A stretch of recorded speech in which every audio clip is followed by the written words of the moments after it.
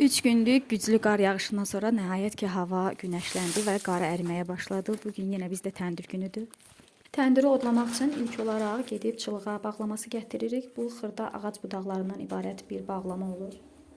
Bu bağlamaları qaynatam yayda qurumuş ağacların budaqlarını xırda-xırda doğrayaraq bağlama halına salır ki, qışda təndiri rahat qalayaq və çörək bişirilək. Burada isə qızımın istəyi ilə onunla qartopu oynayıram. Bildiyiniz kimi ucqar bir kənddə yaşadığım üçün ətrafımızda şəhərə köçlə əlaqədar olaraq demək olar ki, yaşayış yoxdur. Yəni qızımın da oyun yoldaşı həm yaşada olmadığı üçün ona oyun yoldaşlığını mən edirəm.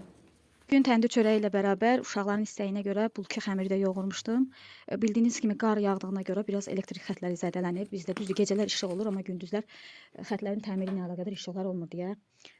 Bulkini əslində soba üçün hazırlamışdım ki, sobada bişirim, amma işıq olmadığına görə onu təndirdə bişirmə qərarına gəldim. Yəni bunu ilk dəfə etdim. Bulki xəmirini klassik bulki resepti ilə yoğurdum. İçliyini isə öz heyvanlarımızın südündən olan kəsmi ilə etdim. 2 gün əvvəl inəyimiz bizə sürpriz edərək balaladı və bilənlər bilir ki, inəyin ilk 3-4 gün südü adətən bişmir. O, yəni bişməyə qoyanda kəsilir, şor olur və belə dadlı bir kəsmik alınır. Mən də həmin kəsmiyi dəyərləndirdim. Bulkalar dadı olaraq çox gözəl alınmışdı. Sadəcə mən bir səhvə yol verdim ki, kəsmiyə müxtəlif qatqılar qatılmalıydı. Mən isə sadə halda qoyduğum üçün kəsmik əriyərək bulkaların üzərinə yayıldı.